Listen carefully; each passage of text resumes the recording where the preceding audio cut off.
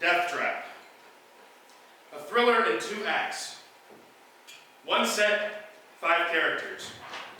A juicy murder in Act 1, unexpected developments in Act 2, sound construction, good dialogue, laughs in the right places, highly commercial. Well, that's wonderful, honey. I'm so happy for you, for the both of us. Happy? Why on earth would you be happy? Well, it's yours, isn't it? The idea you had in August? The idea I had in August has gone the way of the idea I had in June. And the idea I had whenever it was before then. In the fireplace, up the chimney, and out over Fairfield County. Just pollution in its most grisly form. This arrived in the mail this morning. It's the property of one Clifford Anderson. He was one of the twerps at the seminar. Dear Mr. Bruhl, I hope you don't mind me sending you my play Death Trap, which I just refinished typing at 2 o'clock this morning. Since I couldn't have written it without the guidance and encouragement you gave me last summer, I thought it was only fitting that you be the first person to read it. If you find it 1/10 as good as any of your own thrillers, I'll consider my time well spent and the fee for the seminar more than adequately recompensed. That's nice. No, it isn't. It's fulsome. Please excuse the carbon copy the local Xerox machine was on the fritz, but I couldn't stand the thought of waiting a few days to send my firstborn child off to its spiritual father. My italics isometics. I hope you'll write or call back and let me know if you think it's worth submitting to, etc., etc. Son of a bitch even types well. I think I remember him. Enormously obese, like 400 pounds, a glandular condition. Wonder where he got my address. From the university? Probably. Is it really that good? His first play. It can't miss. I mean, a gifted director couldn't even hurt it. I mean, the stock and amateur rights. This will run for years. I mean, this will feed and clothe generations of Andersons. I mean, it could easily be opened up for a movie.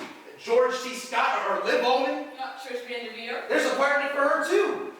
I mean, the damn thing's perfect. Well, I think you should be proud that a student of yours has written a salable play. You know what, darling? For the first time in 11 years of marriage, drop dead.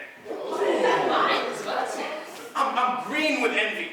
I like to beat the wretch over the head with the mace right there and bury him in a 400-pound hole and send the thing off under my own name to David Merrick or Hal Prince. There's the best idea I've had in ages. My poor Sidney. I mean, what's the point in owning a mace if you don't use it once in a while? Well, soon you'll have an idea of your own and it'll be way better than that other play. Yeah, don't bet on it. Now that you have your own money to bet with. We're doing very nicely in that department. Not one creditor begging at that door. But for how long? I mean, I've just about cleaned you out now, haven't I? We've cleaned me out. It's been a joy and a delight every bit of the way. Your next play will just have to be a terrific smash. Gee, thanks. That's what I needed. Easing of the pressure. Well, why don't you call it to Merrick's attention? Maybe you can get a commission of some kind. A finder's fee, you mean? If that's what it's called. A great and inglorious 1%? Maybe 1.5%? Or better yet, why don't you produce it yourself? You've been involved in enough productions to know how to do it. It might be a beneficial change of pace. Darling, you may be devious and underhanded enough to be a successful murderer, but not a Broadway producer, I think. I mean, one mustn't overestimate one's talents. Then collaborate with him. I'm sure there's room for improvement as good as this play is. Little sharpening, little reshaping. Oh, give it the professional touch. That's a possibility. Call him up now. Where does he live? Up in Milford. You don't like the mace. Absolutely not. Blood on my carpet. Plus, Helga will probably pick it up or sidekick my rouge. And Holland? Come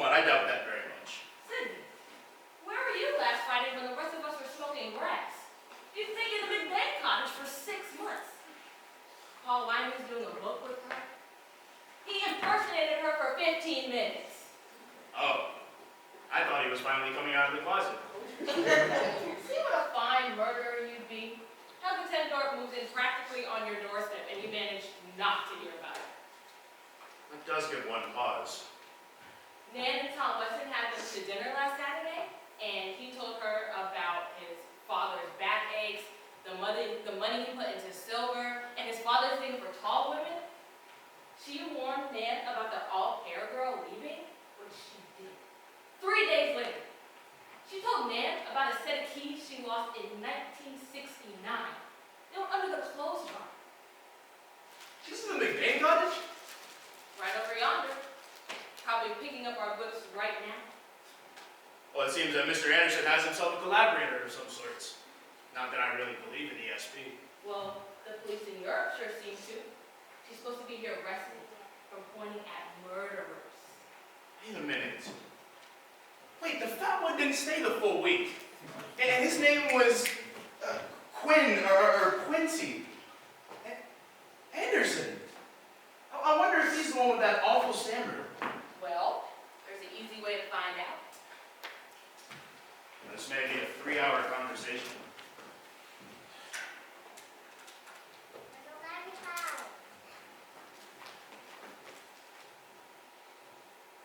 Busy. Probably talking to Merrick. What's for dinner? Salmon. Again? Yes. Sidney, would you really kill somebody for another successful play? Don't be foolish, darling. Of course I would! Spoken in jest, Mrs. Tendor. It's Miss. She's divorced. I wonder. I mean, who could stay married to a woman with ESP? Don't fix me with that basilisk stare. Whatever a basilisk happens to be. I mean, wouldn't you like to go into Sardi's again, secure in the knowledge that you wouldn't have to be seated in the kitchen? I mean, Myra, do you know how much a play like this can net an author in today's market? $2 million, and that's not even including the death trap t-shirts. If that's not a reasonable motive for murder, then I'd love to know what is. Gosh, I wish you hadn't told me about her. Here we go. Hello? Hi, is this Clifford Anderson? Sidney Bruhl. As a matter of fact, I have. I just finished reading it about 15 minutes ago. Yeah, and I have to tell you in all sincerity, you have an enormously promising first draft. Yeah, I was just telling my wife, Myra, that if you give it the reshaping it needs, point it up in the right places, maybe work in a couple labs, it could be right up there with Dial M, Sleuth, and the Murder Game. Yeah, it has the makings, as we said. I should think you would be. Oh, I know that feeling so well. Yeah, I always thought that the Murder Game was finished the first time around, but then somebody with much more experience in the theater took it in hand and revised it tremendously. Yeah, I don't mind admitting, George S. Kaufman. Yeah, he didn't take credit for it, but God knows I urged him to. Yeah, he was badly in debt at the time. He didn't want it to be known that he had a share of the royalties. Hey, but listen, I could be quite wrong about this, but what sort of reactions have you received from other people? Oh. No one at all? That's very flattering, but surely someone's read it. I mean, your wife, your family, some of the students at the seminar? Oh. Oh, okay, I see. No, that sounds ideal. I mean, complete isolation, and all you have to do is just check the thermostat and water the plants. Yeah, I'm surprised you've only written one. I'd have tossed out 3 or 4 by now. I am? Yes, a marvelous thriller. Yeah, it's about a woman with ESP. Based off of Helga the Dutch psychic. Yeah, she's a neighbor of ours. Yeah, it's called The Frowning Wife. It's a working title. I'm going to have to come up with something jazzier than that. I gotta say, though, I love Death Trap. The title just as well as the play. I do. Yeah, far too many to go here over the phone. Perhaps we can get together sometime, go through the manuscript scene by scene. I'm free this evening, as a matter of fact. Yeah, why don't you drive down? No, it's not too far. Oh, well, why don't you take the train then? Yeah, you station and I could run you over from there. It'll be easier that way anyway. We live way off into the woods. Have to send flares up when we're expecting guests. Yeah, hold on. He said his car's in for repairs. He's house sitting for a couple that's in Europe, unmarried. Well, is he open to collaborate? Was George S. Coughlin still alive when we were... Hello? No, it's too early. When's the next one? No, it's too late. Why don't we do the 7:29 then? Yeah, and there's an 11 something that goes from New York and I think goes to Milford. Okay. Great.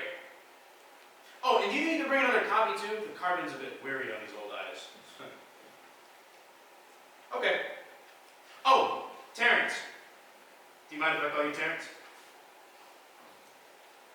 What? Oh, Clifford! Clifford! I got you. I'm so sorry. Clifford! I have some errands to run, but I'll be there as soon as I can. So when you get there, just stay there and wait, and I'll be right over. Yeah. In a navy blue Mercedes. All right. See you then. I think he's the one without the obvious defects. What errands do you have to run? Didn't you say something about library books? Picking them up or dropping them off? No, I did not. Huh. I thought you did. You know, he said that the Xerox was fixed for a few days, but he wanted to wait and see if I had any minor suggestions to make. He said no one's even read it. No one even knows he's been working on it. And no one will see you picking him up? Huh. Well, you know, that thought did cross my mind. You know, I'm so in the habit of planning my crimes on paper. Why did you tell him to bring the original copy? I said before, the carbon, it's hard on my eyes. Plus, I don't want him leaning over my shoulder for 2 hours exhaling cheeseburger. He probably has another carbon filed away somewhere. Yeah, more than likely. And all his notes and outlines and early drafts. Opening night of my dazzling triumph, his gray-haired mother would come down the aisle accompanied by the Milford and Westport Police Department.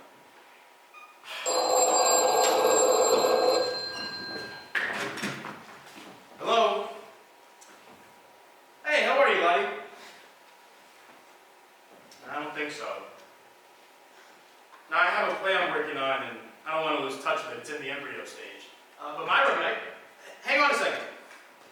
You're going to see the French thing at Fine Arts too? I can drop you off on the way. No, do not want to see it, not tonight. Lottie? Yeah, Myra will pass too. Yeah, she's a bit under the weather, but give us her appointment tomorrow, though, will you?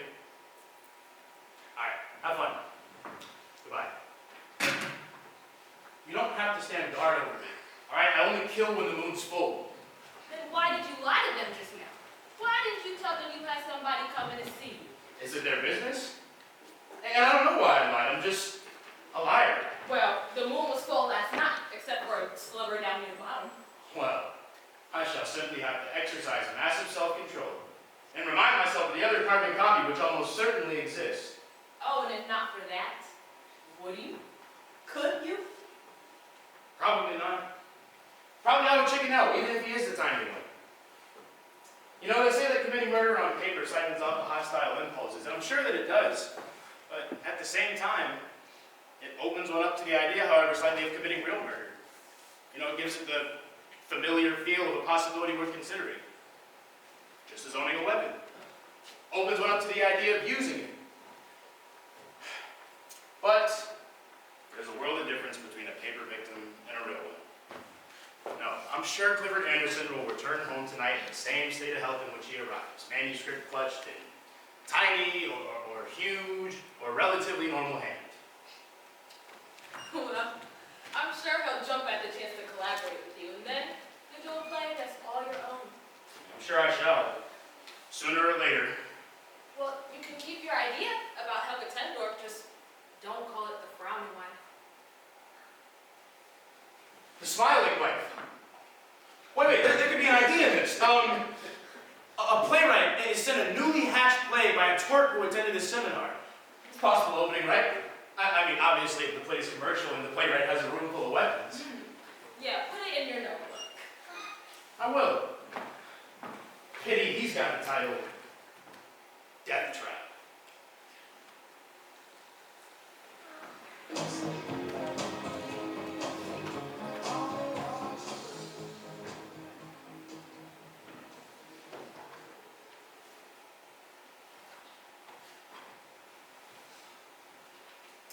Actually, it was built in 1794. But they were out in Hines at the hardware store, so I backdated it 10 years. It's a beautiful house. Historical Society had kittens. Hello.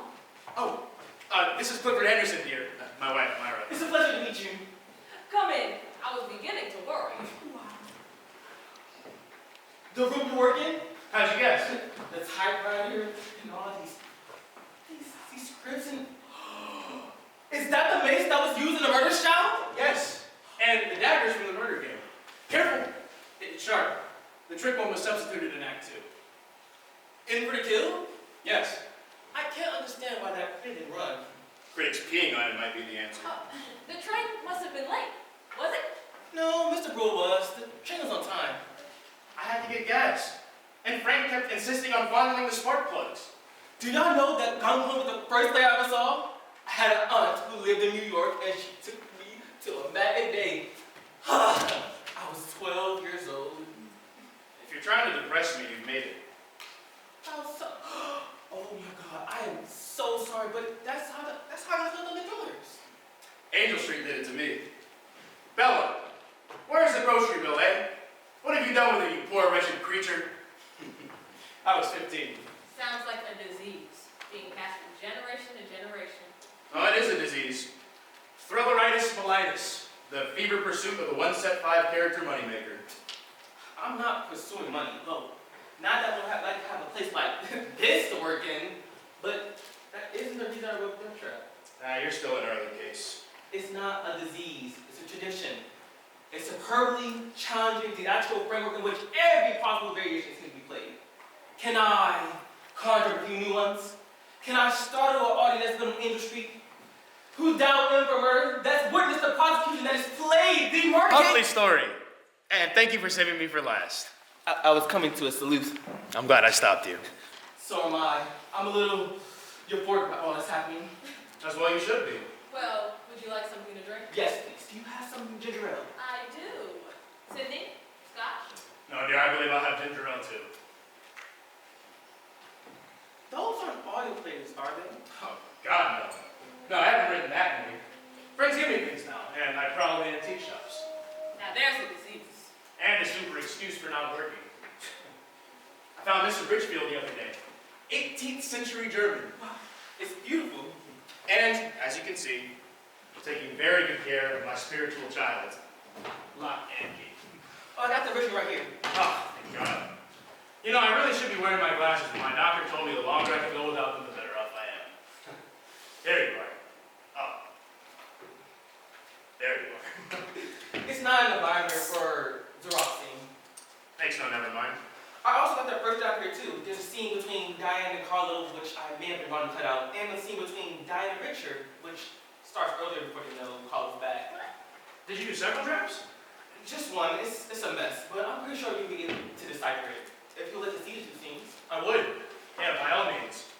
You know, I had a feeling there was a Diane and Carlo scene in there I wasn't seeing. Before the murder. Yes, I was afraid that I could run too long. What else do you have in there? Oh, I got that outline, which I departed for considerably. I made it way to just a page per scene, loose leaves, and some lines I jotted down and never had to use. Threw away the ones you use as you use them. Yes. Same way I work. It was all in one envelope, so I just grabbed it.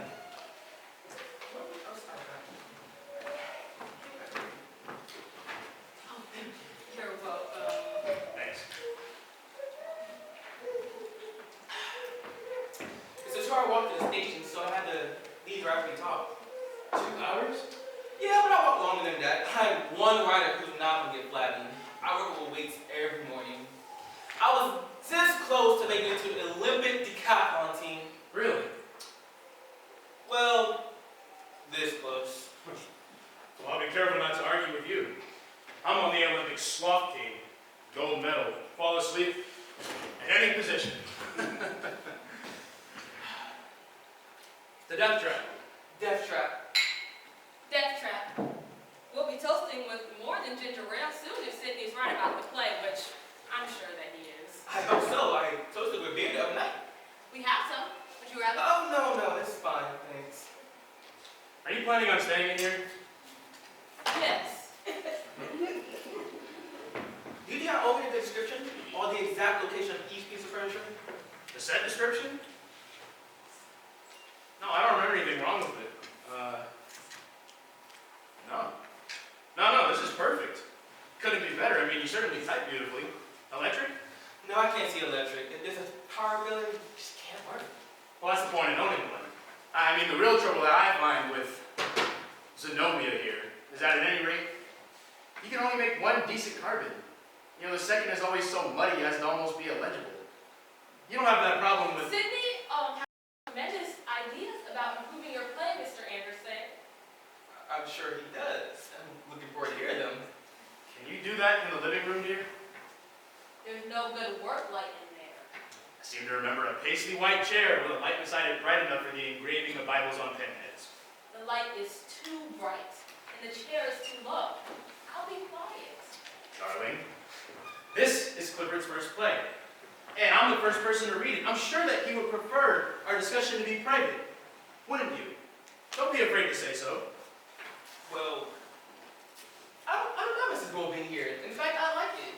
It makes me feel less like I've been summoned to the principal office. Oh. Well, I'm sorry if I owe you.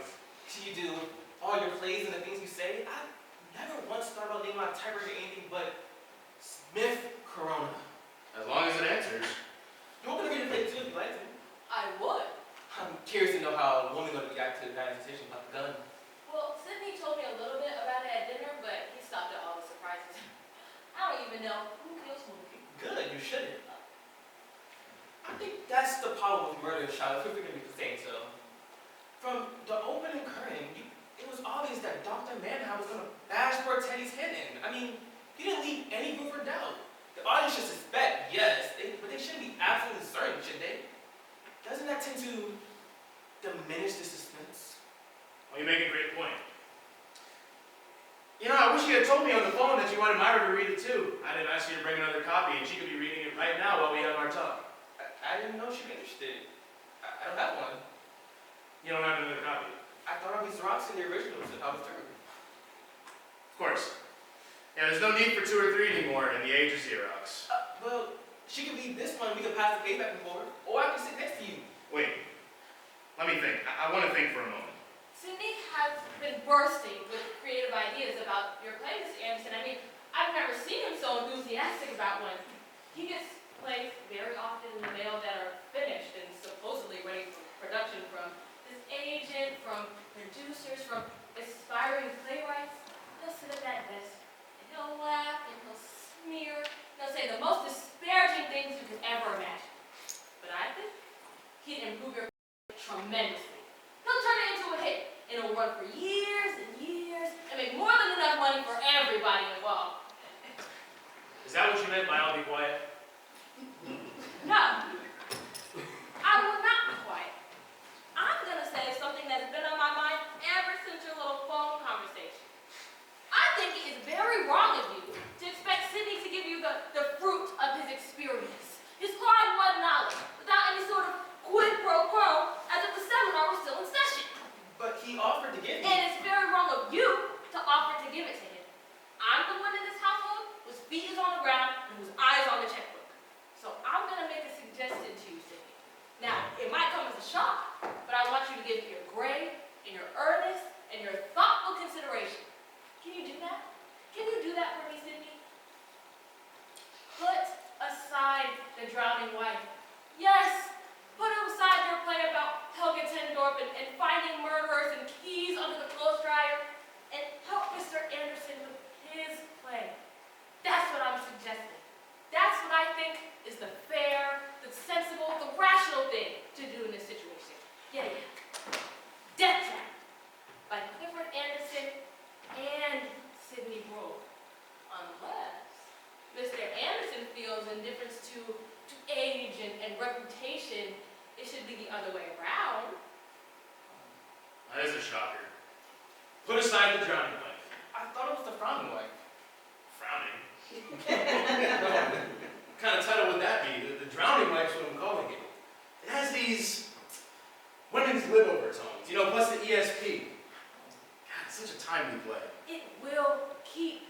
People are always interested in psychics that can point at somebody and say, This man, he murdered this man.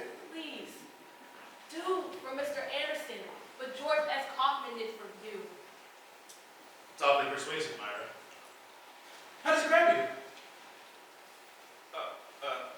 Well, I suddenly feel as if I'm on the spot now. Oh, you are? Really? Yeah, Myra's put you there. Put us both there. I thought something should be said before anything was done. Yeah. You know what? You were right. You were quite right. What's your reaction, Clifford? Well, I'm staggered and overwhelmed and honored that Sidney Bruhl would even consider putting aside his own play work with me on mine. I mean, there I was, sitting in that theater when I was 12 years old. So look at me now, sitting right here, weighing a chance and opportunity. Get the gist of the passage. It's a golden opportunity that I'll seize both hands. Yes, you should. But the thing is, it's as if I went to the doctor, a world-leading specialist, and he recommends surgery. Now, if I respect and eminence for his experience, I would still want to get a second opinion, wouldn't I? Now, don't get me wrong, your ideas are terrific, but Mrs. Bruhl is right. It wouldn't be fair for me to hit them without some sort of understanding or arrangement. And to be perfectly honest, without hearing them, I honestly think that Death Trap is very good as it is. Well, not perfect, certainly. It could probably use some fine-tuning, but I don't think it needs surgery. What I ought to do, I think, is zero some copies tomorrow morning and send them to the agency that you recommend us. And if they also say it needs some major rewriting, then I'll come back here begging you to do what Mrs. Bruhl suggested and make any arrangement that you think will fit Death Trap. The same one you had with Mr. Kaufman, I guess. I hope I haven't offended you. Not at all. Mr. Anderson, please. Agents know about contracts. They don't know. Don't, Myra. Don't beg him. I think he has the wealth of the Indies here, and that word Mr. and Mrs. Jean Lafitte. I would never think anything like that. I'm very grateful you wouldn't go out your way. But I'm not. Really. You know, now that I've had a moment to consider the matter, I would never put aside a play as timely and inventive as The Drowning Wife to do wet nurse work on what is speculative as Death Trap. Sit down, Myra. You're making me nervous standing there hyperventilating. Look, do as you said. Show it to a few agents, and if you feel that major rewrites are in order, get in touch. Who knows, it may hit a snag. It's happened once or twice. Thanks, I will. Though I doubt it shall. I have it completely outlined, and I'm more than halfway done. And I have a play ready to go next, based on the life of Harry Houdini. Oh. Yeah. Magic's very in now. I mean, look at the success of the magic show. Houdini's always been an idol of mine. These are actually a pair of his prized handcuffs. Sit. Relax, darling. Clifford isn't the type of person who would steal someone else's idea. He wouldn't do that, would you? Of course not. See? No cause for alarm. His heart's as far from fraud as heaven from earth. A remarkable man, Houdini. Made all his own magical apparatus. Did you know that? No, I didn't. Magnificent craftsmanship. Have a look. Sidney, please. Sit down, Myra. For God's sake, think. He's an honest young man. Now will you stop being so all-fired and suspicious of everyone who comes through that door? We had a very nasty experience a few years back involving a plagiaristic playwright whose name I won't mention since he's gone to his maker, called for repairs.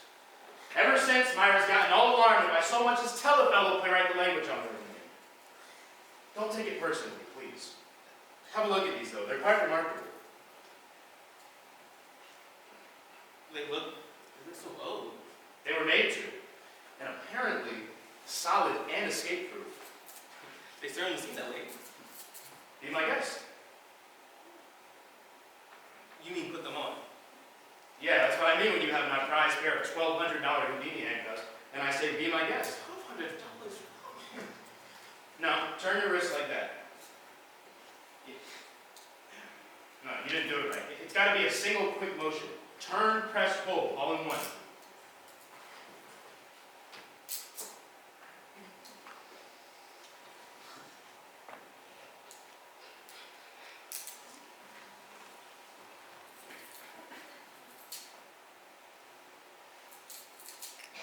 Well, they don't seem to be open. Huh. They did for me yesterday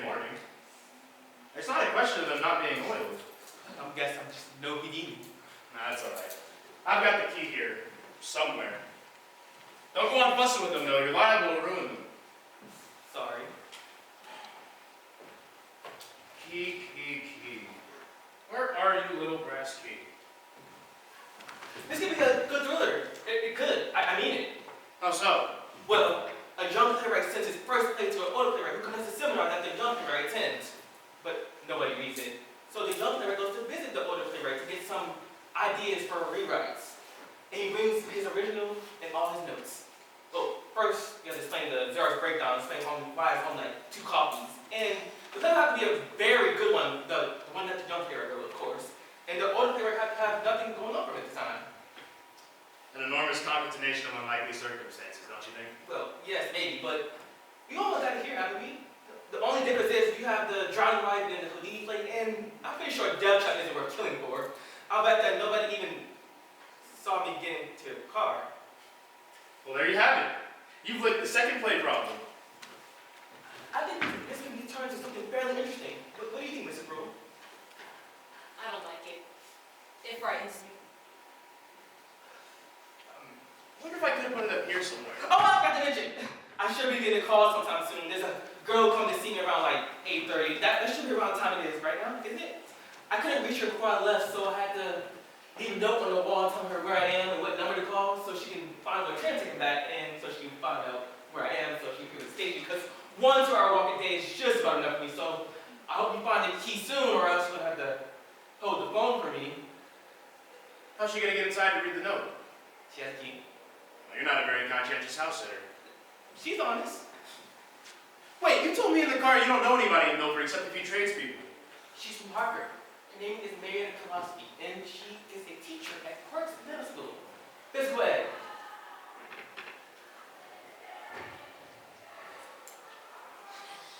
What's her number? It's not listed. The university gave it to me along with your address. I'm friendly with Mrs. Beecham there. Beecham? The short gray-haired lady with the eye shade? Huh. Well, I hope she gave you the right number. I had it changed a few weeks ago. An obscene caller was bothering us, and I don't think I notified old you of kind. What number did you leave for Mrs. Konofsky? I don't remember it. 226-3049 or 226-5457? The first one. 3049. Oh, the new number. Huh. I must have notified the university and clean forgot about it. How strange and how untypical. Would you look for the keys, please? Certainly. My heart won't take it. Won't take what, Myra? My finding of the key? I do think the two of you thought that I was going to go up there and grab a mace and do a Dr. Mannheim. Is that why you've withdrawn so far upstage, Clifford? Well, you can't write a play like that and not envision possibilities. True. Very true. Somewhat paranoid myself. What's your excuse, O loyal and trusting wife? 11 years of marriage, and she thinks that I'm capable of flesh and blood murder. There's a lesson in that for you, Clifford. Come on, cuff yourself. Death trap's promising, but it's not that promising. I'm glad it isn't. No, I think your best invention yet is the name Marietta Konofsky. It's lovely, I congratulate you. Oh, thanks. I can see her sweat on her forearms now at the basketball game. You know, Miss Beecher's eyeshade I always thought was a bit much. I thought I was kind of convincing detail so to try for her. Are you sure these are the right keys? Ye gods. Houdini opened them in a can of milk under 10 feet of water. Do you mean to say that you can't do it in... Stay back! Stay away! Oh my God! Oh my God!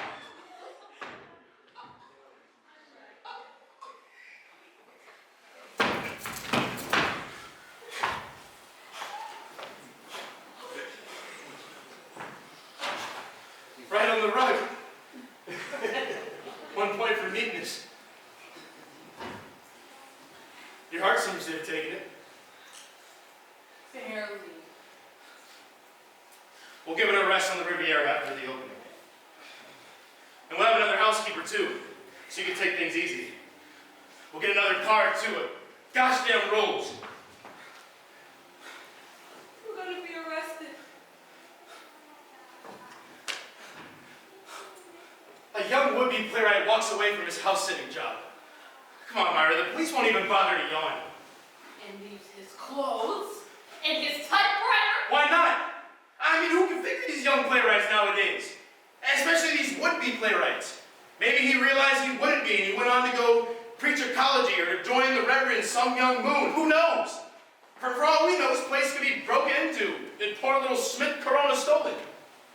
What are you gonna do with him? Bury him. Behind the garage. No. In the vegetable patch. Easier digging. Take a brandy or something. I'm gonna be a winner again. Imagine all of our friends. They're gonna see you living off of my money. I mean, picture their confusion. Full moon, all right? I hope this doesn't become a monthly practice. Would you help me carry him? I don't see the point in us getting a hernia over this, Myra. It's been done. Thank God he wasn't the fat one.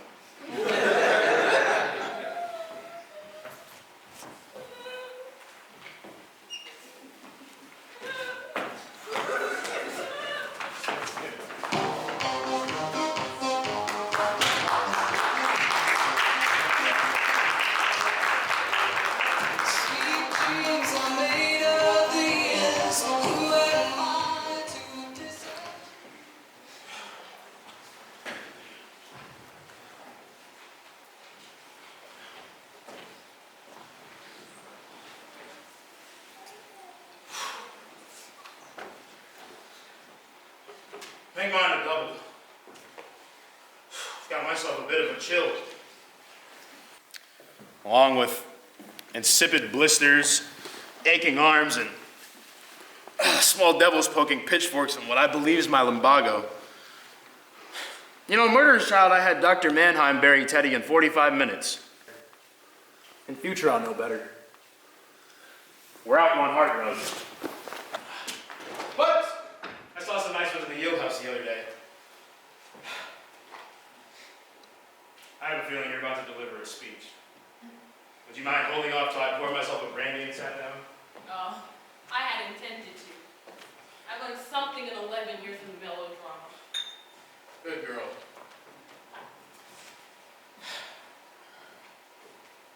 Go. I'd be happy living off of your money, but I don't relish the thought of living off of his. I try to understand how you can do it, bearing in mind your disappointments and your embarrassment in our financial situation, but I just can't. And how can you even feel like a winner when we both know it's his play? I can't understand that either. You're alien to me, Sidney. And not just since 5 o'clock this afternoon. You must have always been a very different person than I thought you were. Now, I don't think that the police are going to be as unconcerned as you do, but I don't want anything suspicious happening if they come to question us. So You vanished from Milford. Myra, this is Westport. they'll check into his past associations. He must have got your address from the university, even if he did lie about that number. Look, if they do come, I'll simply say that he wrote to me. A twerpy little letter asking for advice, and I read it, or maybe I just threw it away. In a month or so, if we haven't been arrested, I want you to leave. We'll have a few arguments in some people's living rooms. You can even write them for us. Little tips about money or something. And then I want you to move out. And I wish you could take the vegetable patch with me, but since you can't, you will buy it from me. Before the money starts rolling in. Before the Rolls Royce, and before you run off to the Riviera. Yeah, you're gonna buy the vegetable patch, and then you'll buy the house, the whole 9.3 acres. We'll have Buck Raymond or Maury Escher set a fair price. Darling, you've had a shocking... Get away from me! You've had a shocking and painful experience, and so have I. Look, I'm terrified that I'll be caught, and absolutely guilt-ridden about having been insane enough to even do it. I'm gonna give half the money to the new drama society. I swear I am, but Myra, this isn't the time to talk about it. All right? In a few days, we'll both be ourselves again, and things will look much cheerier. No, you are yourself right now, and so am I. So in a few days, yeah, go ahead. He wrote me a twerpy letter, officer. Probably Lottie and Ralph come to yammer about the movie. It's probably Helga Taylor. Oh, don't be silly. It's Lottie and Ralph. Damn them. We gotta let them in. Can you face them? Maybe you better go upstairs. I'll tell them. No, I'll stay here and let you worry that I'll fall apart. Come in. Who is it? Please, I'm your neighbor in house these days. Please help me. I called the information, but the lady will not give me your number. I friend the poor fireman. It's most urgent. Come in. Oh, I apologize for so late I come, but you will forgive me when I do say explaining. Yeah. Yeah, I screw myself. Beads and windows like so.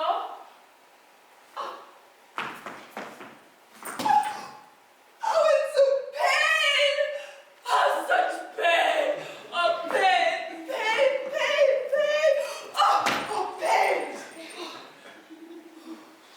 We're neither of us up to snuff today. Right.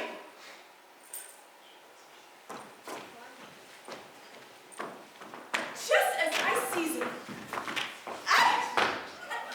Why do you keep such plain cover things? They're antiques. Souvenirs from plays. I'm a playwright. Yeah, Sidney Bruhl. How my man tells me. We might book together. My wife, Myra. How do you do?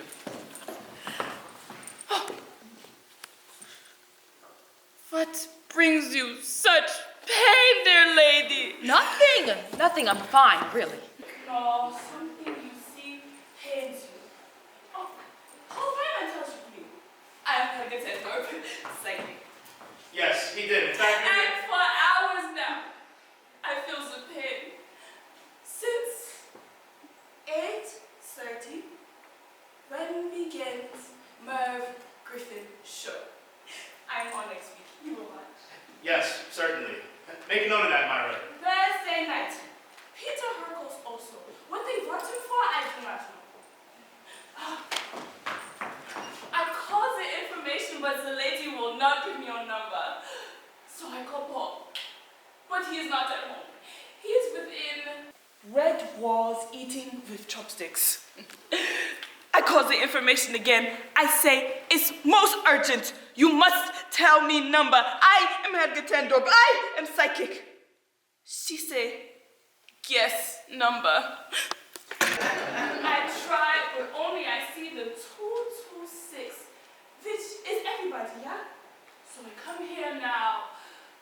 I'm more than pain. More than pain? Yeah. Yeah, there's something else here. Something frightening. No, it will interfere. What will?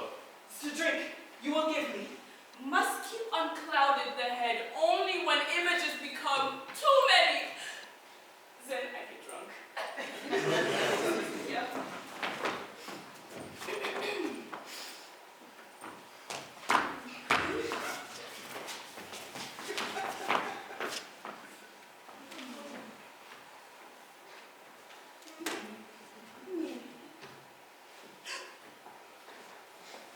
They'll be used again by beautiful dark hair.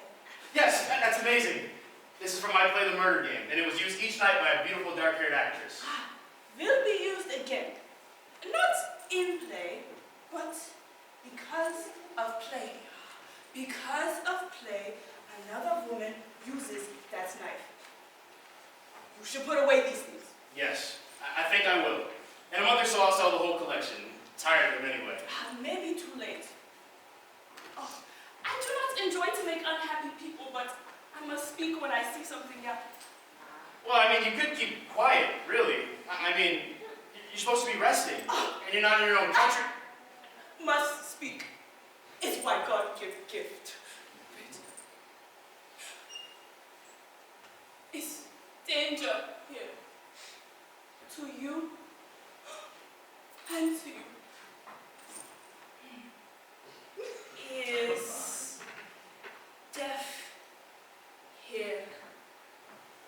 something that invites death, something that carries death.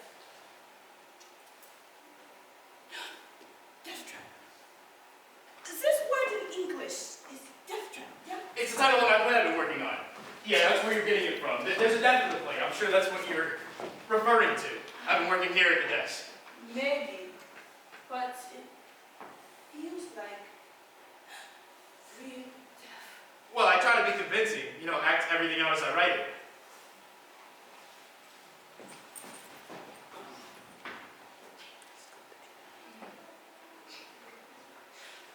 Man in boots.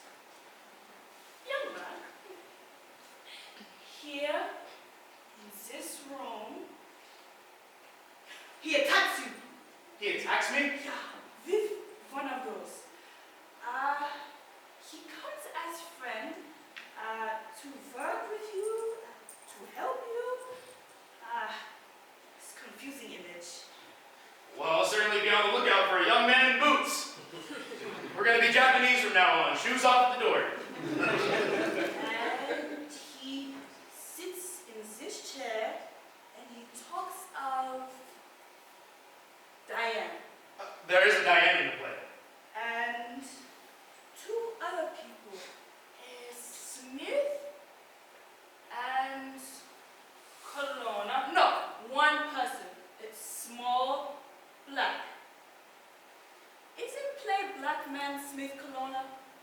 I've never heard the name before. That's a confusing image, but it's gone now. Nothing else comes. Well, that was the most impressive demonstration, wasn't it, dear? I mean, the way you picked up the name of the play and Diane and the dagger business, really awesome.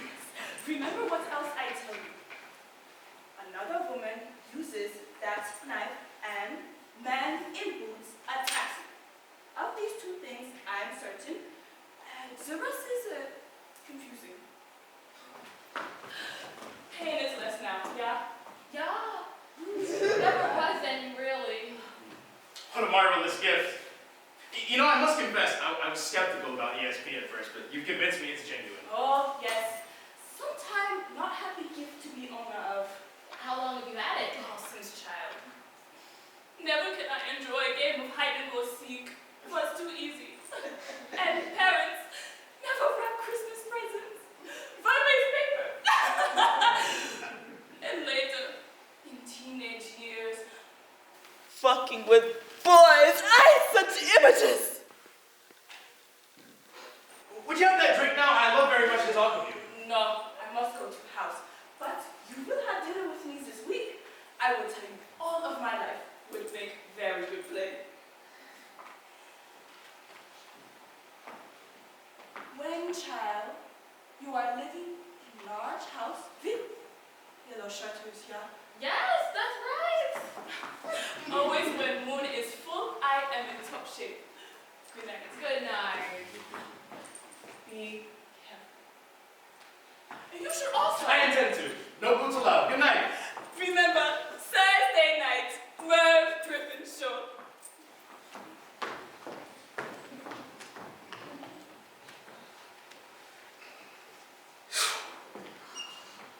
Well, if that's the best you could do, there's nothing to worry about.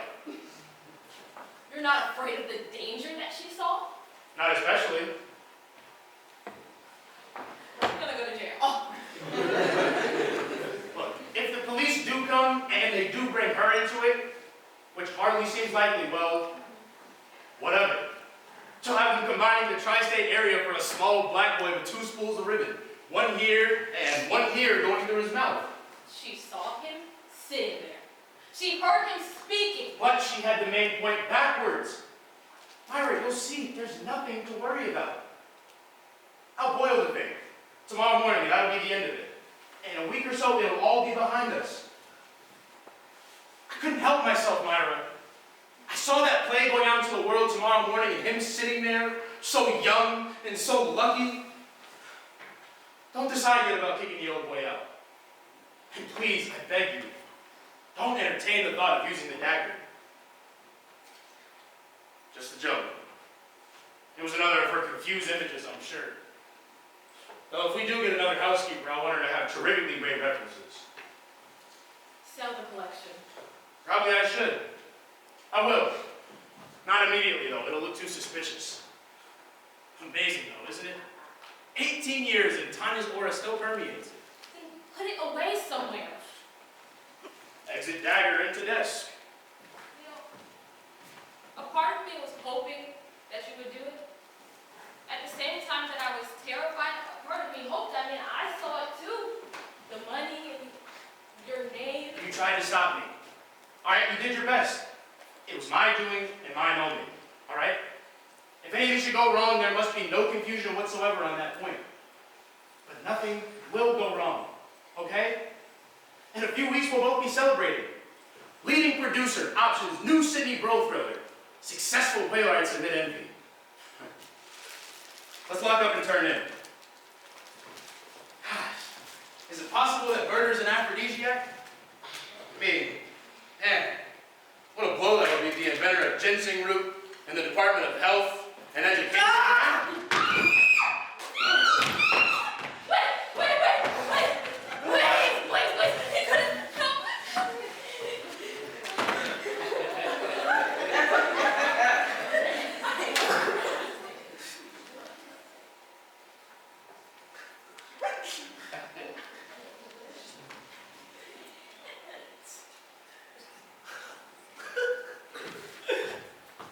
She's dead. I'm positive. It worked. How could it not? She's had minor ones over much less. Hey, I got news for you, too. Styrofoam hurts.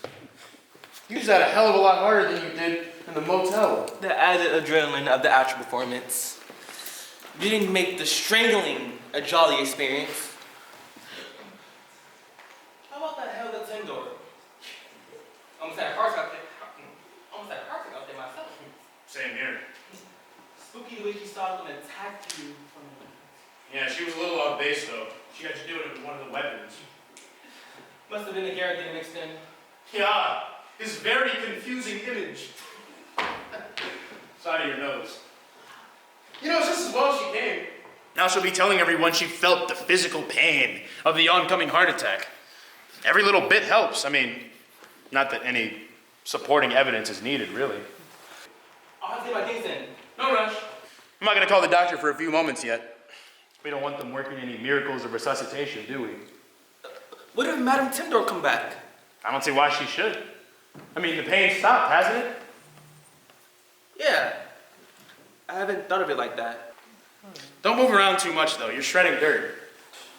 Bet you were glad to hear my exit dagger line. Was that for your benefit? Of course. I was going to suggest putting it away myself if she didn't. I mean, I was afraid the prediction might have made you uneasy. I had visions of you herring off into the woods, leaving me with a live wife, an imaginary corpse, and a no surefire can't-miss thriller to justify the one to the other. I never would have done that. I know, I just thought I'd relieve any possible anxiety. I don't think I better burn these now, it will take too long. Why burn them at all? They're just old manuscripts. True. We could cut them up and use the backs for scrap. Oh, they're so chintzy, though. Ah, what the hell. I'll say I was cleaning out my files in the Grim Reaper shop. The further you stay to the truth, the better off you are. You're a fan of homing wisdom, Cliffy boy. Farewell, Death Trap. With that, you with a genuine article. I'll put my best right here. Now, I have a surprise for you. Let me guess. I work in the maid's room. Would I do that to you? No, you're going to be working right here in the handsomely converted stable, as promised. Then what's the surprise? You'll see. After the obsequies. Hope you don't mind Zenobia tearing along at full speed. You know, I think I am going to try something on ESP. That was an impressive demonstration she gave. I mean, despite the mistakes. I'm ready to get to work too. The thing you discussed at the seminar? No, I found something even better. Last week when I was cleaning out my desk, I realized that there's a player there in a typical urban welfare office. A thriller. No. To be honest is, I've begun to lose interest in the thrillers. I want to try something more honest, more relevant. Well, even though you use those words, I'm gonna let you stay here tonight. Go get your things. I'm gonna call the doctor now. Right.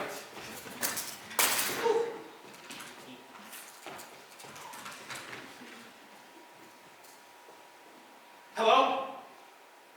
Is he there? Yes, you told me to call me back immediately, please? My wife's had a heart attack. Yes, I've tried, but there's nothing. 2263049. I got the whisper tomorrow and the typewriter. Huh. Little Mr. Kelowna. That was funny, wasn't it? On the way? Answering service. When did you know? Well, I'll see you later. Oh! How long will it be to... A couple of hours at least. They may ask me to go with her. I don't know. Well, ciao. Ciao. Oh, Cliff. The floor up there creaks badly, so when you get up there, do a quick wash up. Get in bed and stay there. I'll buy that.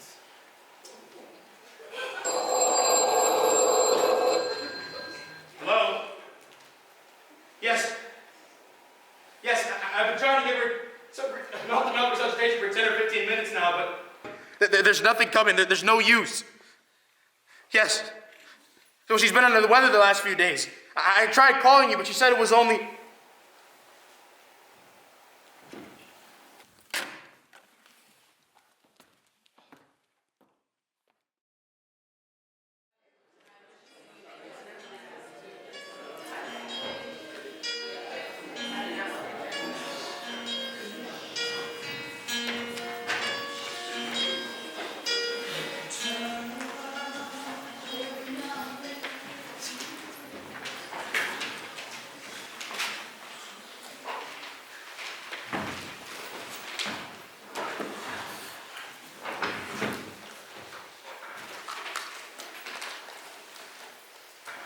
Joe Papp will have a messenger at the door any minute.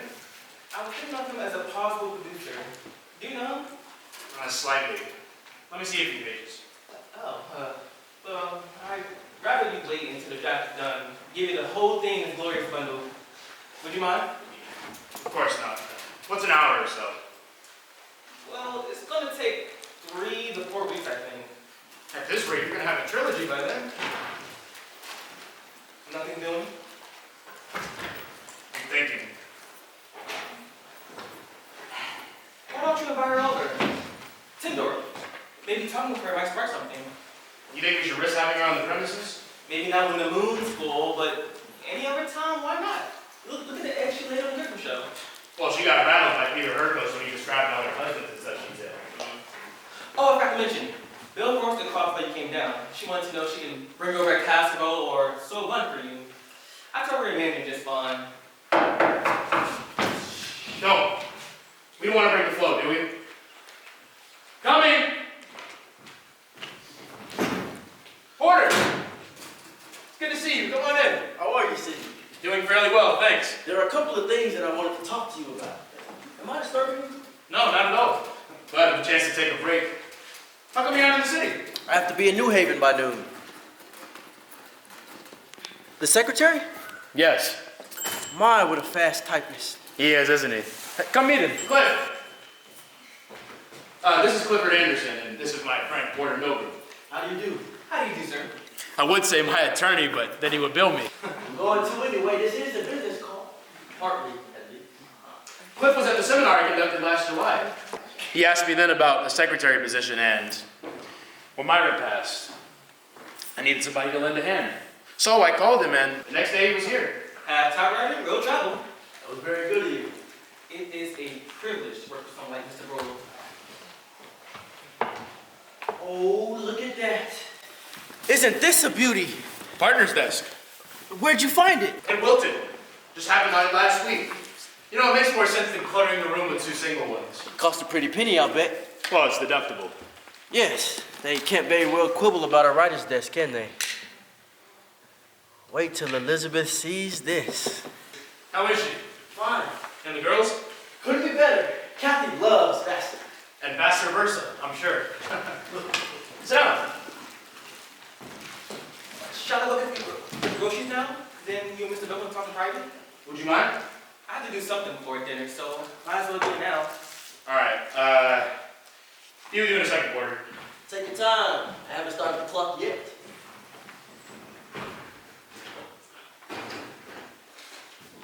I love this room. It's nice, isn't it? It's a pleasure working here. He's looking well. Yeah, he picked up quite a bit the past few days. He's been crying every night. I can hear him plainly. And he's been drinking heavily. We'll through. His work is great solace to him. Sure must be. I've always envied my writing class in that account. I tried to play once. Oh. About the Supreme Court justice I most admire, but even the title was a problem. Frank Fur. 20 enough? Too much. We only need salad things and milk. Only one Gibson's. All right. We'll get some yogurt when you're there too. Anything but prune. Gotcha. Oh, you're not parked in the driveway, are you? No, I pulled on to the side. Oh, great.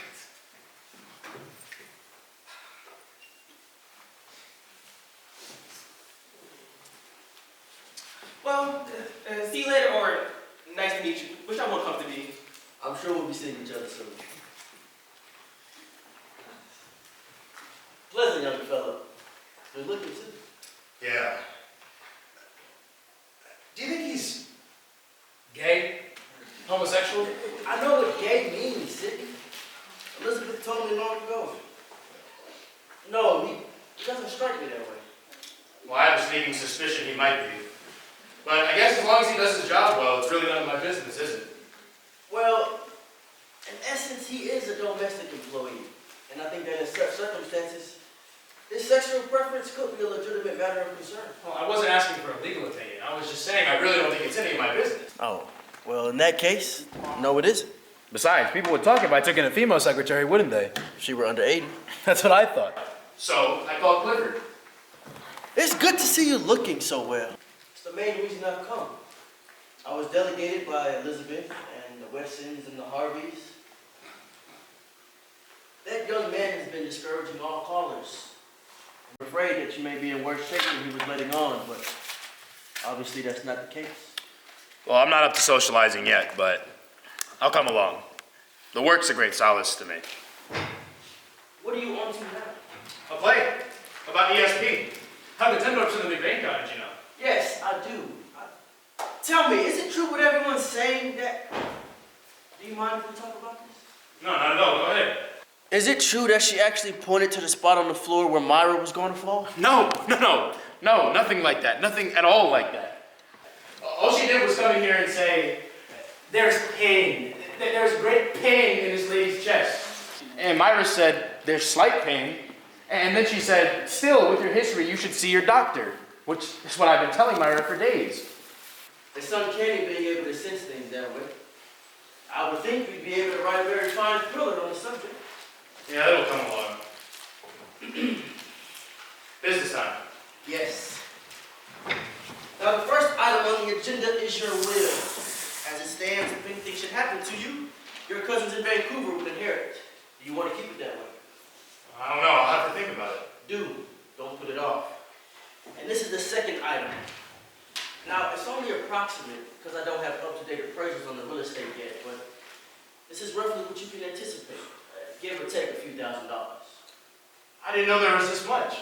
Well, then Myra must have been keeping a few secrets. She knew. Her records were in apple pie order.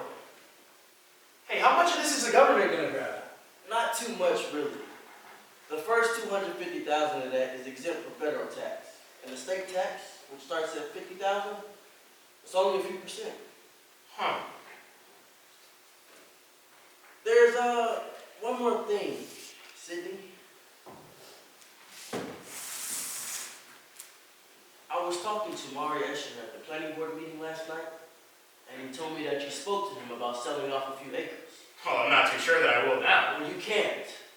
Well, not yet anyways. You just have to wait until the will goes through probate. Well, I know that. I was just asking him what he thought he could, but I thought I could get it. Well, then he jumped the gun. Not you. I just wanted to make sure you were clear on the point. In the business, you got enough cheap. Yeah, I'm lucky. So, what's the procedure? You dictate and he types? No, actually, I do my own typing. I mean, I'll have him retype the finished product, of course, and he does the letters.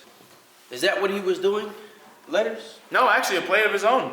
Oh, seminar. Yeah, he started it yesterday, and I think he'll finish tomorrow.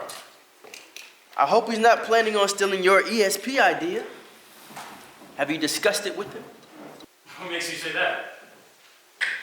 He locked what he was working on in his drawer.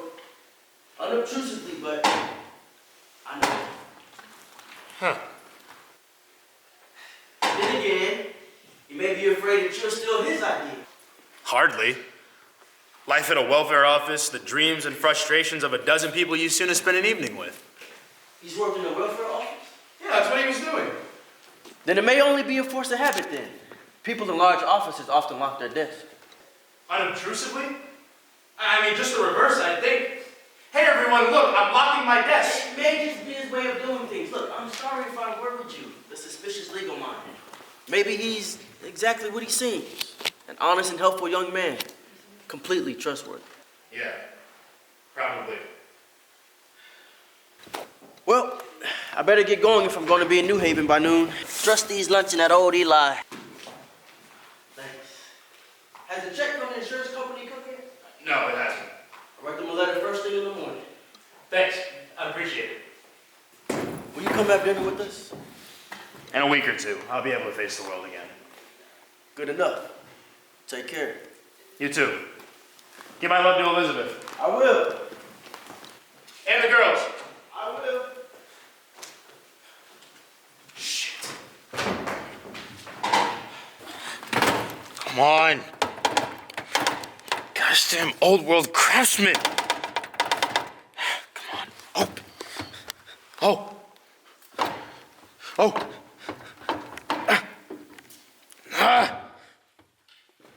Jesus Christmas.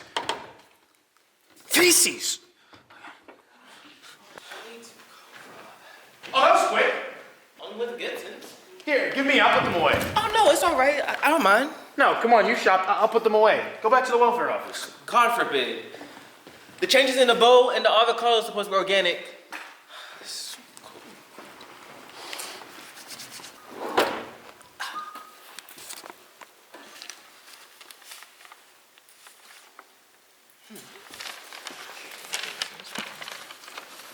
Cliff, can you give me a hand here?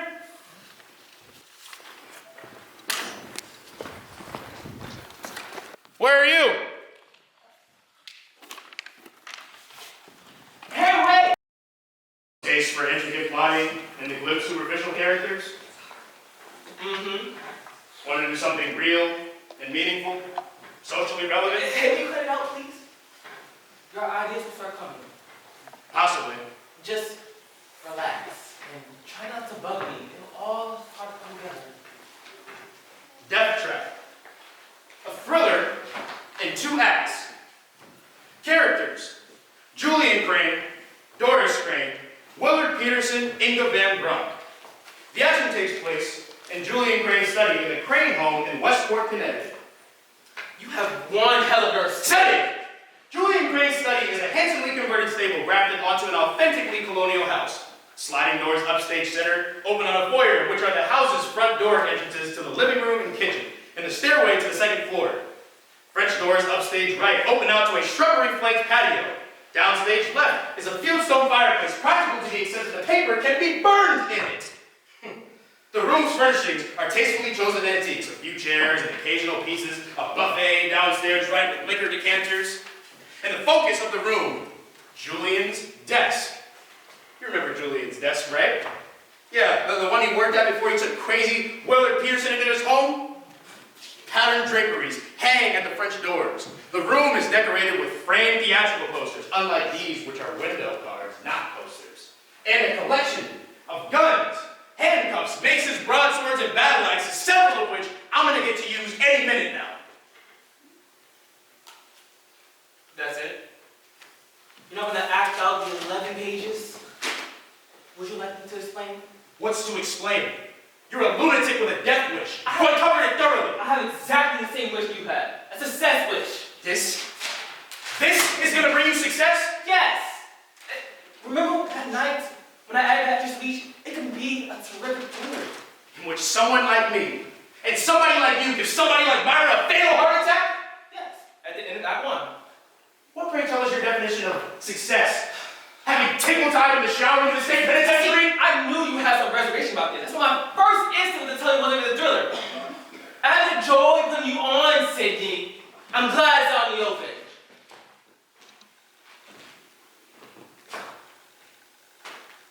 I'm standing here terrified, horrified, petrified, stupefied, crapping my pants. And you think this is me having reservations? I'm not going to use one of those on you. I'm going to beat you to death with Roger's thesaurus. There is no possible way to prove what did or did not cause Myra's heart attack. Look, if I can change things, I would, but I can't. It has to be a playwright. Who else can pretend to receive a finished work like that that can make them tons of money? A novelist? A composer? Why am I discussing this? A surefire smash hit Sidney. No! And would a composer or a novelist know where to get a Garrett that's first blood or just state convincing murder? It has to be a playwright who writes thrillers because Arthur Miller probably has an old sample case hanging on his wall. I mean, I suppose I can make it Wilton instead of Westport. Why make it anywhere? Why make it? Because it's there, Sidney! No, that's mountains, not plays. Plays aren't there until some asshole writes them. Would you stop and think for a moment? Think. Think about that night. Everything we did to convince Myra that she was having a real murder would have the same effect on them. Scene 1. Julian tells Doris about this terrific play that comes in the mail. He jokes about killing for it. And then he invites Bullock over, getting him to bring the original play and all his notes. Now, the audience is thinking the same thing that Doris is thinking. Julian might kill Willard. Scene 2. Everything that happened from the moment we came through that door, all the little ups and downs we put in to make sure it rang true, the I'm expecting the phone call bit, everything. It all tightens up a little naturally. And then the strangling, which startles the audience as much as it does Doris. No wonder you didn't need an outline. It's all up here. Every bit of it. See, look. Ivan von Bullock. A good laugh couldn't hurt. And then Julian and Doris goes upstairs to what looks like a so close, and then boom! In comes Willard. Out from the grave and seek revenge. Shock, surprise. Doris has a heart attack. And then Julian gets up with fake bleeding, and now the audience comes to a realization. Julian and Willard, to be better, are now in cahoots. Now tell me that just isn't any surefire at first act. Willard moves in, and Julian is burning manuscript, or calling doctors. I'm not sure which. But be honest about it. Does it not sound like a surefire first act? Yes. And what an intermission. 20 years to life. There's no way they can prove it. They can't. How could they? And what do you say to the man from the Times when he says, don't you work for Sidney Bruhl? And didn't his wife have a heart attack just around the time you came there? No comment. Oh my God. I know it's coming out a little sticky and it's moving hard, but everybody opens up about everything these days, don't they? In print, on TV, why not on stage as long as it can be proved? I've given this some serious thoughts and I honestly believe that this can add some dimension of intriguing gossip. Yeah. You know what? You're probably right. I can actually see the little box in the New York Magazine now. Tongues are wagging about interesting similarities between the newly hatched play Death Trap and the private lives of its author, Clifford Anderson, and his employer, Sidney Bruhl, who committed suicide on opening night. When queried, Mr. Anderson said, no comment. I have a comment, Cliff. No, absolutely not. Look, I have a name and a reputation, tattered perhaps, but still good enough for dinner invites, the house seats, and for the conducting of summer seminars. All right, I like to live out my years as author of The Murder Game, not Gay who knocked off his wife. Why, look, a fieldstone fireplace. Let's see if it's practical getting sent to the paper. Don't you dare! You burn that paper, I go out of here and write it again somewhere else. I'll get a house sitting job. Give it, Sidney. Give it.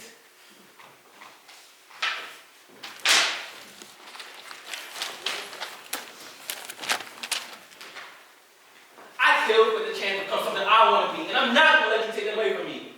I had hoped after I show you the finished draft that you would be impressed enough to get out your angel streak of tightness and pitch in. But I guess we can forget about that. A collaboration. It's your idea, isn't it? I'm not pretending it's all my baby. And I know scene one's coming out a little heavy and still, but I thought we could be a team. Bruhl and Anderson. Rogers and Heartless. See, now you're seeing it. I can't come up with something like that. You know, I'm sorry, but I really don't feel like collaborating on my public humiliation. Next season's hit. Don't say I didn't ask.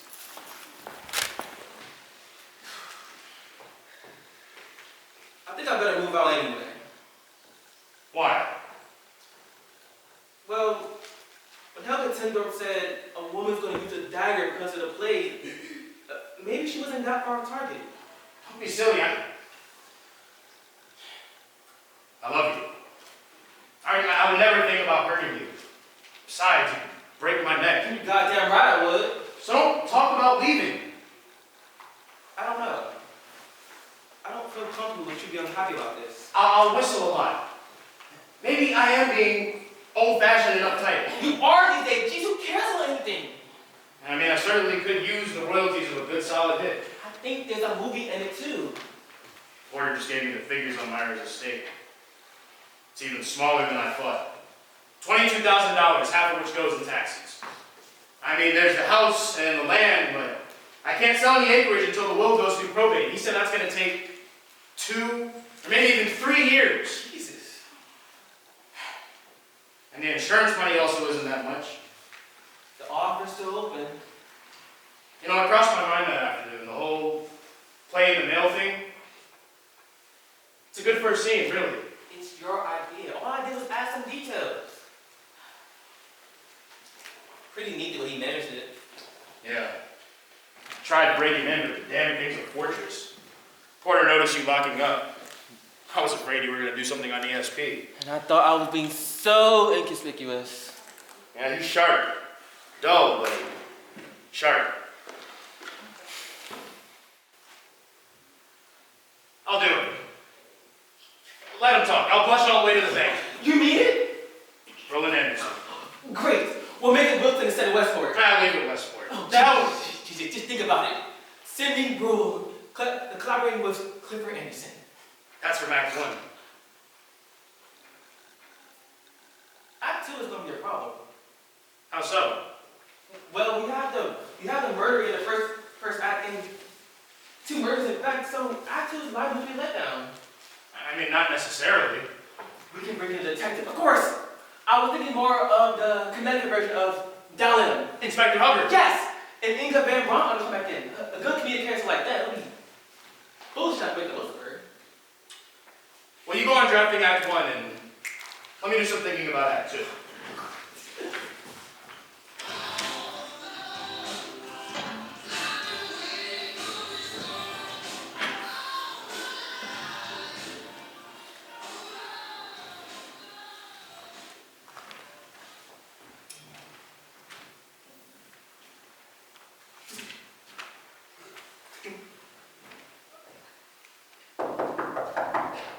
Mr. Bruhl? It's I from the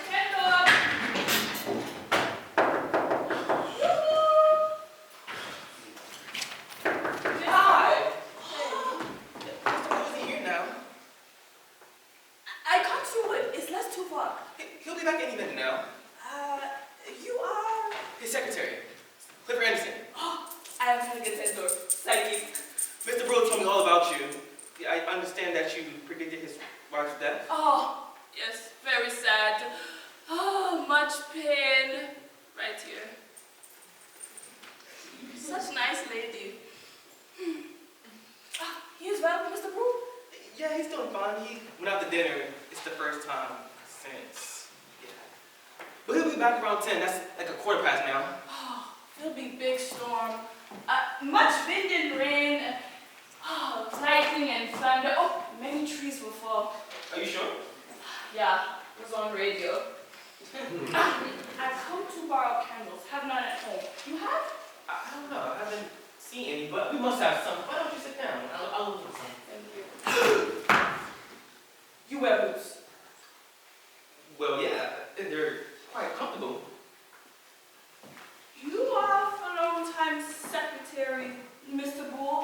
No, I just came here about 3 weeks ago, after Mrs. Bruhl's death.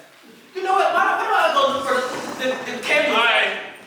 Gosh, what a bore that. Mr. Bruhl, hello, hi. Mrs. Dorp is here. Hi. Good evening, Mr. Bullock. How are you? Well, Did you get my note? yeah, thank you. Yours is most kind. And the flowers. There's a storm coming, and Mrs. Tindor wants to know if she can borrow some candles. You should have a box of them somewhere. I think Myra put them over the refrigerator, but if not there, then on a shelf on the landing in a cardboard box. God. Saw you on the Griffin show. Wasn't a very good night, was it? What? What is it? It's man I want you well. Man in boots who attacks you. Oh my gosh. Oh my gosh, and in terms of Myra's death, I completely forgot about that one. See, candles not why I come, have many at home. But danger is here tonight. You must send that man away. Oh, I made up my mind today to dismiss him. I was just... Smith? Corona? Alese? Yeah.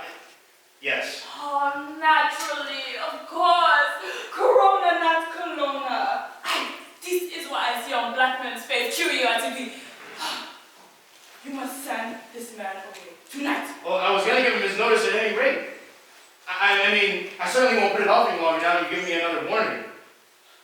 You're positive you saw him attacking me? Oh, was image so sharp, like TV? Come in, Cliff. Thank you. I take two. You're welcome to take more. Two's enough. Wow, it's really coming down out there. Yeah, sometimes they are right with their prediction. I should stay. No need to. I hope you beat the rain. I come to wood. It's less too hot. Oh, don't worry about me. I have torch. It's pitch black though. Are you sure you're gonna be able to find your way? Yeah. Good night. All right. Good night. What? What's wrong? My daughter is pregnant. Wow, for so many years they tried, so many doctors they go to. And now, they are finally making me grandmother. Oh, God, don't! I must call and tell them.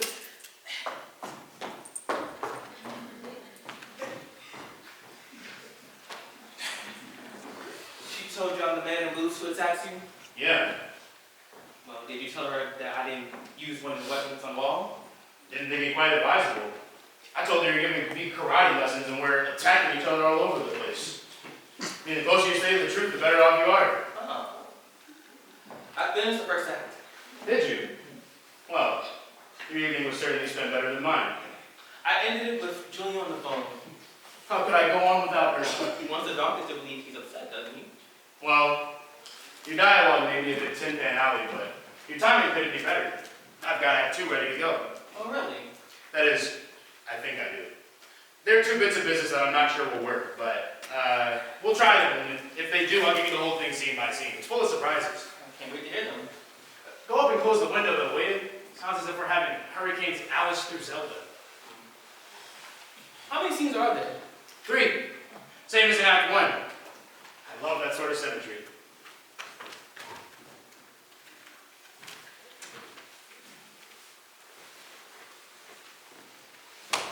All in those lows? Fine. So what are the bits of business? Well, they're in the final scene. You know, back to back, as it were. Willard has spilled the beans, and our Connecticut version of Inspector Hubbard has come to beard Julian in Julian's den. Julian, quite berserk, shoots the inspector in the left arm, but there's only 1 bullet in the gun. So now he's got to get to the upstage wall and grab a weapon to finish the job. Question number 1 is, can a 1-armed inspector in otherwise good condition stop a 2-armed middle-aged playwright from getting where he wants? The answer better be no. Let's try it. Me, Julian, and you, Hubbard, right about here. Left on my commission? Yes. Ready? Great.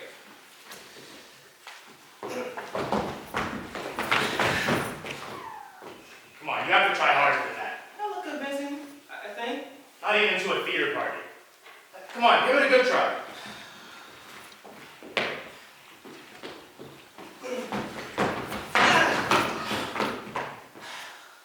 Maybe you should be Julian. I thought it was my Terry shirt. Cliff, we're trying to be rich and famous, okay? Let's not let a 5-year-old shirt get in the way of that, all right? Can't we just let the directors and actors work it out? That isn't the way professional playwrights operate, dum-dum. Professional playwrights don't send out a script until they're sure that everything in it is playable and doable. Now, let's show them why Bruhl and Anderson are going to go down in theater history.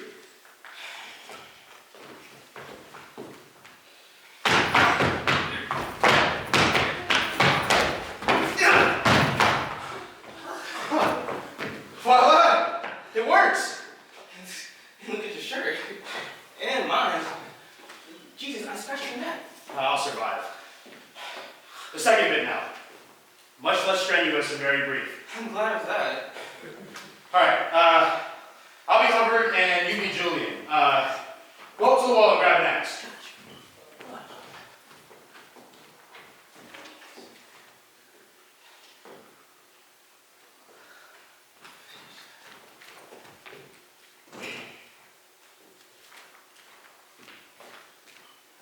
No, it doesn't look natural that way. If it was natural. Try it a different way. Yeah, let's go right this way. Alright, go back to the way you had it. Now put it down. On the ground. And stand very still. We have goodbyes to say. Death trap is over. We're now in theater verite. The gun from gunpoint. No blanks at the dear old Lyceum, no. Real bullets. Courtesy of the Messrs. Remington. I loaded it after you were asleep last night. Cliff, I really don't want that play to be written. You know, even though nothing can be proved, too much will be talked about, and frankly, I'm a little too old and, yeah, uptight to join the Washington secretaries and the ex-lovers and ex-presidents and the happy hookers and the happily hooked and the National Bad Taste Exposition. And I honestly can't think of any way to make sure that you won't set me up in a centrally located booth. So, I had Porter check you out in Hartford. And a few blots were found on your record. Probably the ones you told me about, but Porter feels, and we discussed it this evening, that they tend to justify the unease I've been feeling. So, I called him, and I gave you your notice. And you've become abusive and violent. And Miss Tendorf's dreamy vision came to pass. But luckily, I've got the gun, which I have the license and right to use in self-defense. Beats digging up a vegetable patch, doesn't it? I'm truly sorry, Cliff. If you hadn't succumbed to throat-ritis colitis in what's surely one of the most acute cases on record, who knows? We may have actually become the team of Bruhl and Anderson. But, as it is, we're going to have to just be only Bruhl. I'm out of dialogue. Your go. What can I say?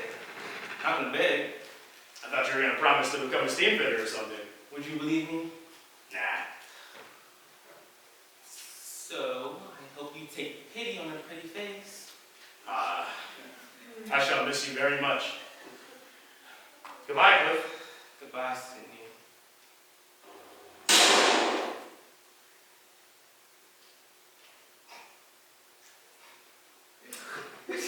I thought a clip would be anticlimactic, so I bought some blanks this morning.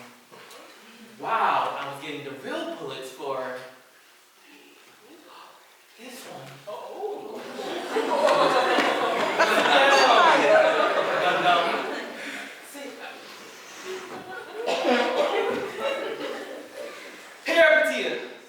Reversal? You talked about it the first day of the seminar. The important element of all drama. Put that down. The problem was I had this terrific first act, and I could not think of a second one. Very, very frustrating. Particularly since I'm sharing a bed and board with an old master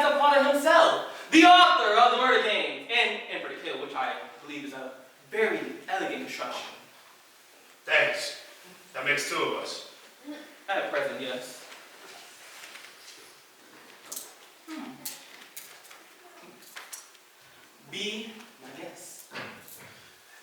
You mean put them on? That's what I mean. What are you gonna do? Continue gloating. Through the arm of the chair, don't play dumb. Through the arm.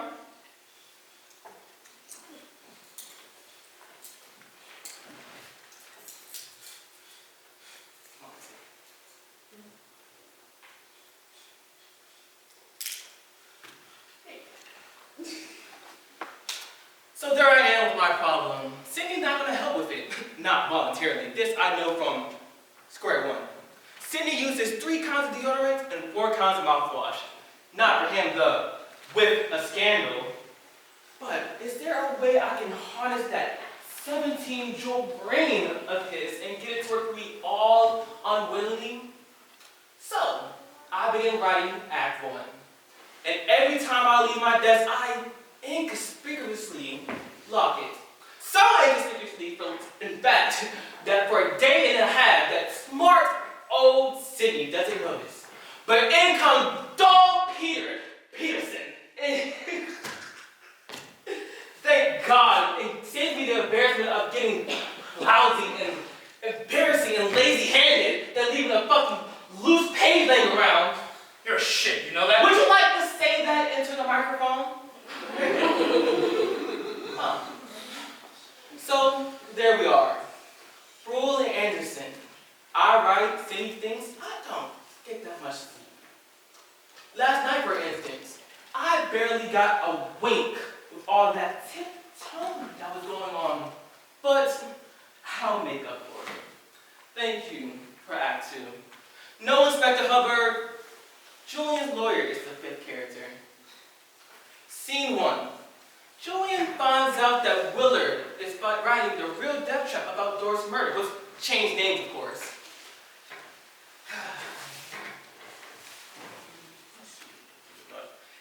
He said he would collaborate, knowing dang on well he was lying. He pretended to collaborate, even though he sets up poor Peter Pilgrim or whatever to check up on Willard, knowing full well that there are some false and unfair charges to be found. Scene 2. Julian sets up Willard to what looks like a murder in self-defense by getting him to enact a bit of business for the play. That's beautiful, Sidney. I would never have thought of that, and it will all play like a dream, and I'm very in your debt. Julian shoots Willard, who's basically that innocent kid who Julian led astray. Oh, you bastard! But in comes Helga and Peter Pilgrim. They met last night. She'd been getting some bad vibes all night, and they met at Dorp's funeral. Willard lived long enough to tell the truth about himself, Julian, and about Dorp's murder. Julian shoots himself. Curtain. No scene 3? About what? They're both dead. The play's over. Sounds a little unsatisfying. I'll be glad to think some more. No. I'll be fine. I'll manage to fill in the hose. And now, I'm going to go pack my things and call a taxi. And I'm taking whatever money I can find. But when the taxi's at the door, I'll give you the key. And you'll tell people that you gave me a notice. And I accepted it with grace and charm. And if you say I stole anything or hassled me in any way, you'll open up a very messy can of peas. Well, why don't you look at that? You got some angels to keep you company. Maybe I'll find some rubies upstairs. See you later, Anon. Oh, Sidney. Cliff! Those are Houdinis!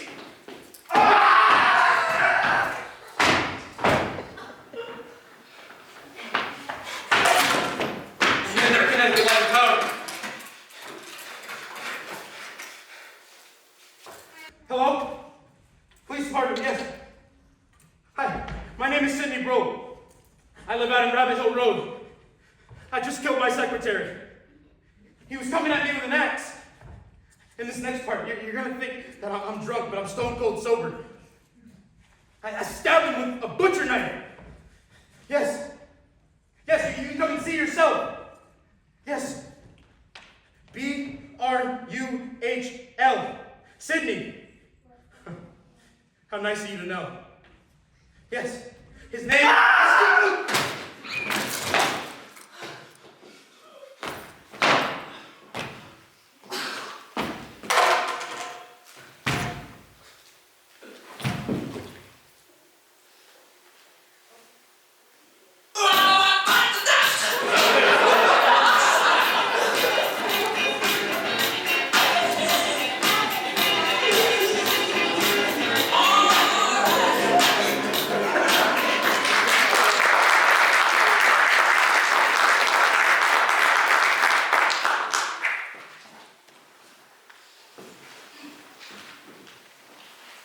They killed Mrs. Bruhl. What? She died of a heart attack. But they make it happen. Pain she feels is that she see Bruhl kill boy. Now, hold on a minute. The boy did... Not quiet.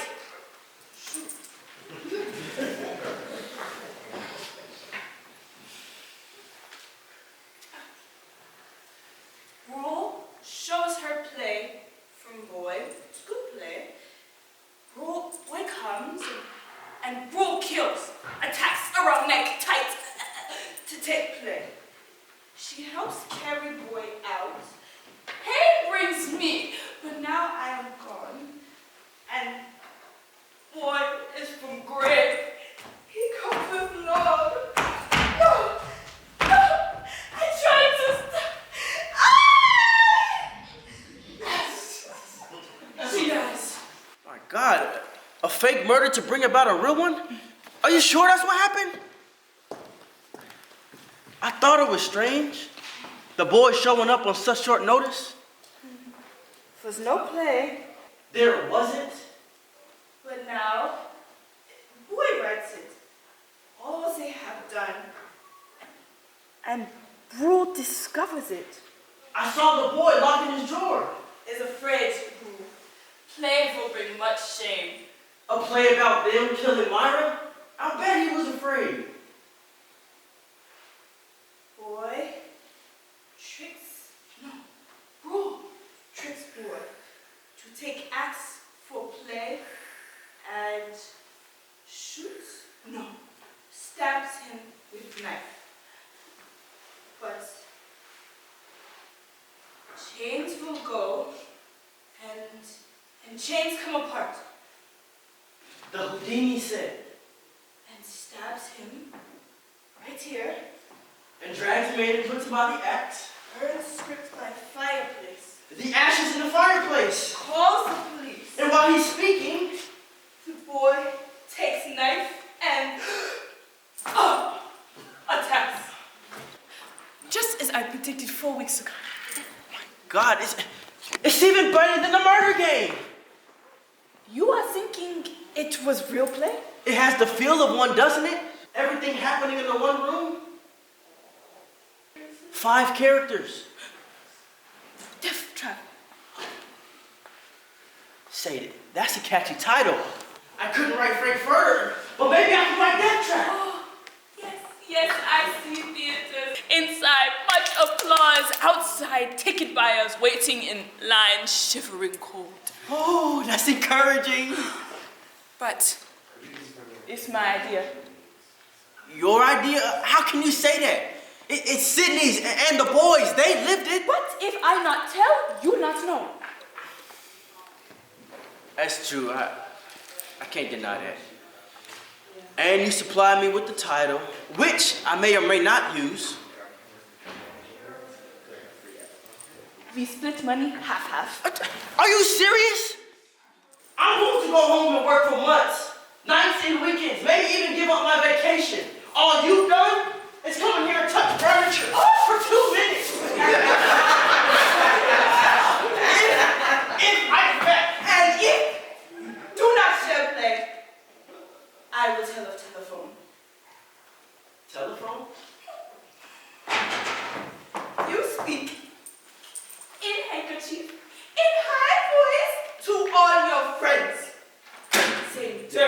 things to them. For shame, a man like you, a lawyer man, with a wife and 3 daughters. For you to say such dirty things to them, You interfering, busybody, bitch! Say that! Whore! You find the blood!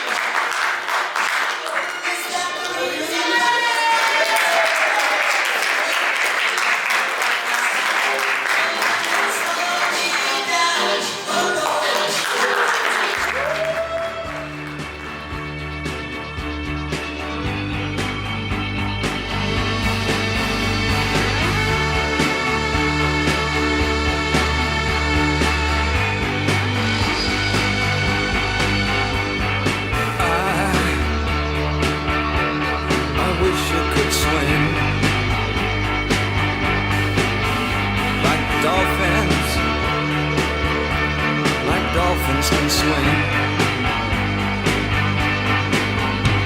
Though nothing will keep us together.